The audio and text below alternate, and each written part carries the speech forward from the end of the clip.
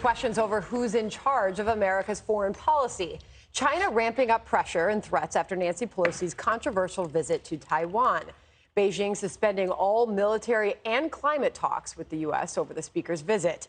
At the same time, the Chinese military continuing its massive military drills, sending Taiwan's Air Force scrambling as dozens of Chinese fighter jets and warships closed in on the island.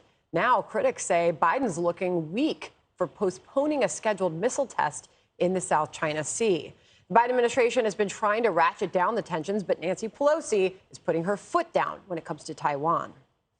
We have said from the start that our representation here is not about changing the status quo. Our friendship with Taiwan is a strong one.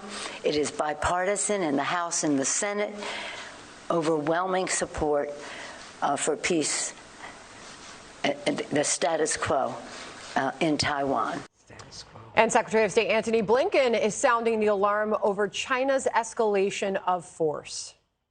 These provocative actions are a significant escalation. The fact is, the speaker's visit was peaceful. There is no justification for this extreme, disproportionate, and escalatory military response. All right, so Judge, is this China debacle under President Biden, does it appear that it's getting even worse now? I don't think there's any doubt about it. I mean, you know, you think about what's going on in the world. We just took down al-Zawahiri. We've got the Taliban has reclaimed Afghanistan. There's a war in Ukraine. Russia is starting to join with China on various issues. And Nancy Pelosi is the Speaker of the House. She is the Speaker of the House. The House is in the United States. She's a legislator. That is her job. Now, my understanding is that the president didn't want her to go, that the White House wasn't in favor of this. So why they didn't put an end to it, I don't know. But what we've got is China now cozying up to Russia at a time when we didn't need this. Why Nancy is doing this, maybe she's not going to be speaker in a few months, maybe she knows it.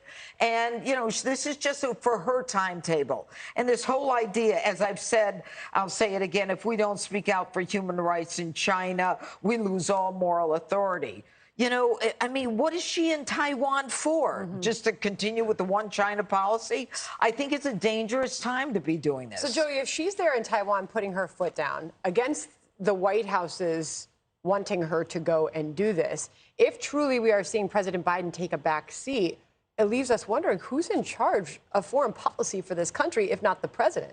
The story here for me the whole time has been this dynamic between the administration and Nancy Pelosi.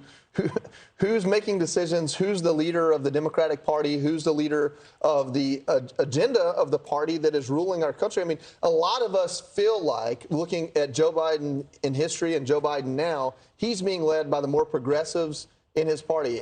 Even some of his supporters have said, Henry Cuellar said that he's surrounded by people that don't hold actually Joe Biden's view and are influencing him when he was talking about the border. So my concern is not just like who's running our country, like, hey, Joe Biden's not calling the shots, but you know, what is Joe Biden taking into account when he doesn't stop Nancy Pelosi from going, if it is he believes that's not a good thing to do right now, which I don't understand why it was. This is a fight we're going to have. I mean, literally, Eisenhower was handling the Taiwan Strait crisis, right? So this has never gone away.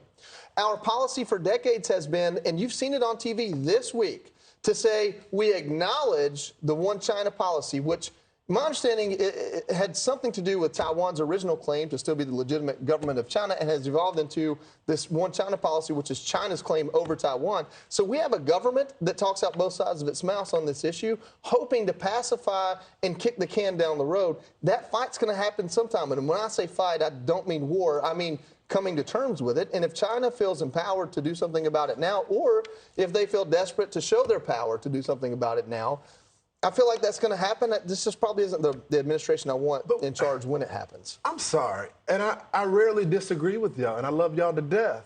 But this is not an issue of policy. It's an issue of proportion response to what Nancy Pelosi said. I disagree with her on this. I don't think we should be involved in these affairs. But China sent a delegation, too. They sent a delegation of people with COVID, killed our elderly, right? They hid it from the world. Many people died as a result of that. and then they want to have war games. Yeah. They want to do missiles as a response to Nancy Pelosi having a conversation and a photo op with some old people. We let them get away with COVID. What do you expect them to Here's do? the deal. The bottom line is this. Well, whether and I I agree agree with with you. Nancy I agree with Pelosi or you. not, Yeah. the Speaker of the House is a co-equal branch. She doesn't take her marching orders from Joe Biden.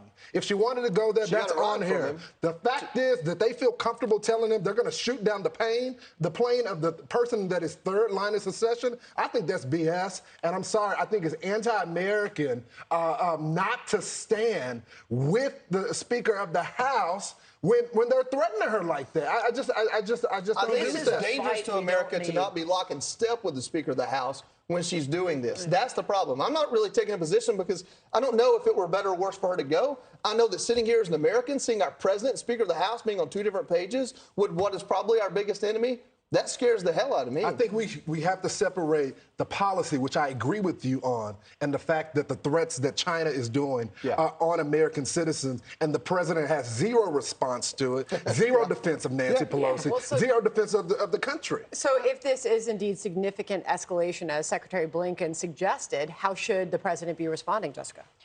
I guess he should be saying that he will match whatever he has to ensure that Taiwan gets to keep its independence. He did have that little gaffe where he said that we would intervene in the same way that we did in Ukraine. Obviously, it's a very separate kind of issue, and we will not be sending troops to Taiwan. But what's really important here is that Nancy Pelosi is doing what dozens of legislators have done before. There are congressional delegations in Taiwan constantly. You saw 45 Republicans sign that letter in support of her. The Biden administration overstepped by getting involved in her plans and potentially leaking the details of this, because Nancy Pelosi regularly pops up in places because her security matters. You are not supposed to telegraph the fact that the person who's third in line for the presidency is going to be showing up somewhere, let alone somewhere like Taiwan. So that's incredibly dangerous. Whoever did that, I know Senator Cotton came on our network and said explicitly that it was the Biden administration. That hasn't been confirmed. He didn't want it. It obviously rocks the boat, and you knew that there would be a retaliation from China here.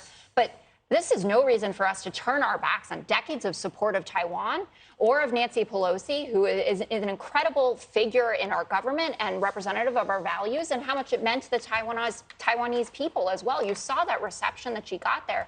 That kind of support matters when they live in the shadows of what But messaging matters too, and to send mixed messages. I think her messaging was perfect. I think that the Biden administration's messaging was far from perfect, and that this is on them versus the Speaker, 100%. Well, the Speaker needs to call out the President of the United States. And her life is on the line, okay? She made it, thank God. So she could have, and we're so grateful for that. But as we started off the show today about the partisan politics of this, she could have told Joe Biden, back me up. You said you've been my friend for all these years. They've threatened my life. What are you going to do about it? She's yet to do that. The way that he did back her up is then not. he sent his representatives out there to say that he's not in charge of the Speaker's schedule, which I'll just never forget John Kirby last week asking, what's all the drama?